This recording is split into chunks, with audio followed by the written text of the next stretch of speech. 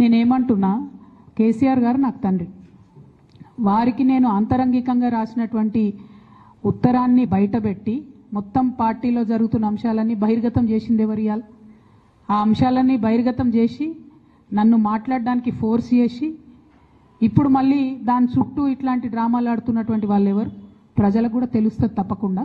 కానీ ఒక మన పార్టీకి సంబంధం లేని, బీఆర్ఎస్ పార్టీకి సంబంధం లేనటువంటి వ్యక్తి చేత మన పార్టీ నాయకులే ఊతమిచ్చి నా మీద వ్యాఖ్యలు చేయించారనడానికి నా దగ్గర వందలాది ఆధారాలు ఉన్నాయి. ఖచ్చితంగా అది టైం వచ్చినప్పుడు బయటపడుతుంది, ప్రజలకు కూడా అర్థమవుతుంది. అయితే ఇంపార్టెంట్ ఇష్యూ ఇక్కడ బీసీల ఇష్యూ. దయచేసి రేపటి నుంచి ఖచ్చితంగా 72 గంటలు దీక్ష చేయాలనేటటువంటి ఉక్కు సంకల్పంతో మేమందరం ఉన్నాం. ప్రభుత్వాన్ని మళ్ళీ రిక్వెస్ట్ చేస్తూ ఉన్నాం, మీరు మాకు మా బాధను చెప్పుకునే అవకాశం ఇవ్వండి. మీరు కాంగ్రెస్ అంటే బీజేపీ, బీజేపీ అంటే కాంగ్రెస్ అని తూకిత్తా అని చెప్పి బీసీలకు అన్యాయం చేసే ప్రయత్నం దయచేసి చేయకండి. మాకు 72 గంటలు మాట్లాడే అవకాశం ఇవ్వండి. మేము అక్కడ కూర్చొని సత్యాగ్రహం చేస్తాం, మా బాధలు చెప్పుకుంటాం, అంతకుమించి మేము చేసేది ఏం లేదు.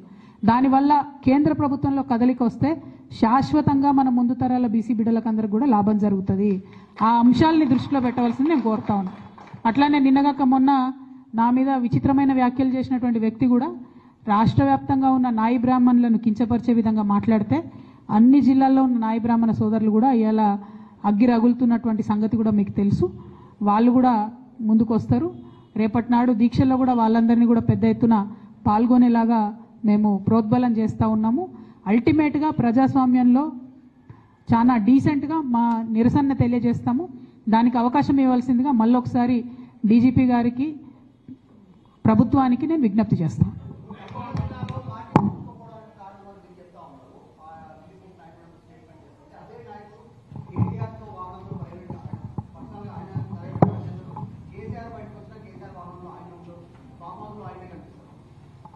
నేనేమంటున్నా అంటే ఆ లిల్లీపుట్ నాయకుడి గురించి మాట్లాడితే చాలా ఎక్కువ ఆయన గురించి ప్రజలకు తెలియజెప్పాలి కాబట్టి మాట్లాడినా, ఇక అంతకు మించి అవసరం లేదు. ఆ విషయంలో టైంకి ఖచ్చితంగా పార్టీ అధిష్టానం స్పందిస్తుందని చెప్పి నేను భావిస్తున్నాను.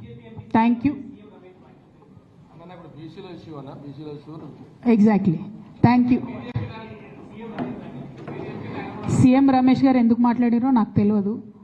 సీఎం రమేష్ గారిని మాట్లాడించడానికే ఈ లేఖ లీక్ చేసిందేమో కూడా నాకు తెలియదు. ఇవన్నీ కంబైన్డ్ అయి ఉండొచ్చు. సీఎం రమేష్ గారు నాకు తెలిసినటువంటి వ్యక్తే, కానీ ఈ ఒక 5-6 ఏళ్లలో ఆయనతో పెద్ద నేను మాట్లాడింది కూడా లేదు. సో ఆయనంతటా ఆయన బయటకు వచ్చి చెప్పిండు అని అంటే దీనికి నా లెటర్ లీక్ అవ్వడానికి వెనక కూడా ఏదో అవినాభావ సంబంధం ఉందని నేను భావించే పరిస్థితి వస్తుంది. నా దగ్గర ప్రత్యక్షంగా సమాచారం లేదు ఆ విషయంలో. కాకపోతే ఆయన మాట్లాడడానికి ఆధారం ఆ లేఖలోంచి తీసుకున్నారు కాబట్టి ఈ లింక్ ఏదో ఉంది అని చెప్పి నేను భావిస్తున్నాను. Thank you. కోర్టుకు ఆల్రెడీ పోయినాం బ్రదర్. 1, 2 నాతో పాటు ఇంకా కొంతమంది నాయకులందరూ కూడా చేస్తామని చెప్పారు. ఆ జాబితా అంతా కూడా మేము సాయంత్రం లోపల రిలీజ్ చేస్తాము. దాంతోపాటు ఒకవేళ కోర్టు పర్మిషన్ ఇవ్వకపోతే, ప్రభుత్వం పర్మిషన్ ఇవ్వకపోతే నన్ను ఎక్కడ ఉంచితే అక్కడ, అవసరమైతే ఇక్కడనే కూర్చొనైనా దీక్ష కంటిన్యూ చేస్తా, అందులో ఏం అనుమానం లేదు. ఎందుకంటే 72 గంటలు 112 కులాల వాయిస్ వినిపించాలనేటటువంటిది ప్రధానమైనటువంటి ఎజెండా కాబట్టి ఖచ్చితంగా ఆ వాయిస్ వినిపించడానికి ఎక్కడ అవకాశం దొరికితే అక్కడ నేను వినిపించడం జరుగుతుంది.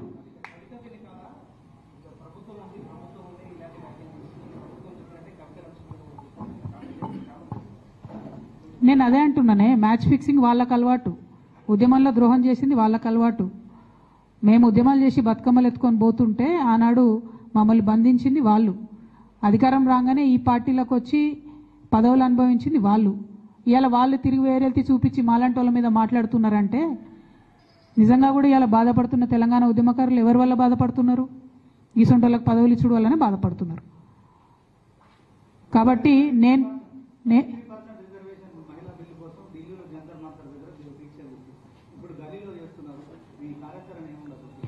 33% మహిళా బిల్లు కోసం దీక్ష చేసింది అది నేషనల్ పార్లమెంట్ అండ్ అసెంబ్లీస్లో కావాలని చేసినాం కాబట్టి ఆనాడు ఢిల్లీలో చేసినామండి.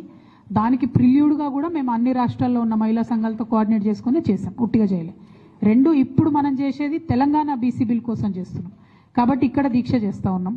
ఆనాడు తెలంగాణ అసెంబ్లీలో అంబేద్కర్ విగ్రహం కావాలంటే కూడా ఇక్కడనే చేసినాం. సో అందుకే తెలంగాణ బీసీ బిల్ కోసం హైదరాబాద్ కేంద్రంగా ఇందిరా పార్క్లోనే అడుగుతా ఉన్నాం పర్మిషన్. అందరికీ అందుబాటులో ఉండేటటువంటి ప్లేస్ ఒకటి, అందరు గుర్తుపట్టేటటువంటి ప్లేస్ కాబట్టి అక్కడే చేద్దామని అనుకుంటా ఉన్నాం. అందుకే ప్రభుత్వాన్ని కోరుతా ఉన్నాం పర్మిషన్. ఒకటేనండి, ఇదివరకు కూడా కాంగ్రెస్ నాయకులు ఈ నాటకం ఆడి ఉన్నారు. సో రెండోసారి నాటకాన్ని ప్రజలు నమ్మరు. ఒకటి. రెండు, మీరు కాంగ్రెస్ వాళ్ళందరూ అక్కడికి పోతే, లాస్ట్ టైం అయితే కనీసం రాహుల్ గాంధీ గారు రాను కూడా రాలేదు. ఈసారి అన్న కనీసం ఆయన వస్తాడా రాదా చెప్పండి. ఆయన రాకపోతే అసలు మరి ఆయన బీసీలను, తెలంగాణ బీసీలను అవమానించినట్టుగానే భావించాల్సి వస్తుంది. మూడో అంశం, మీరు వెళ్తే, ముఖ్యమంత్రి హోదాలో మీరు వెళ్తే, మీరు మీ పెద్ద నాయకులు పార్లమెంట్లో మాట్లాడాలి. ఇంతవరకు ఒక్క గాంధీ కూడా, రాహుల్ గాంధీ గారు కానీ ప్రియాంక గాంధీ గారు మీరు గమనించాలి. అదేవిధంగా ఎప్పుడు తెలంగాణ జాగృతి పక్షాన ఏ కార్యక్రమం చేసినా శాంతియుతంగా చేసినాం.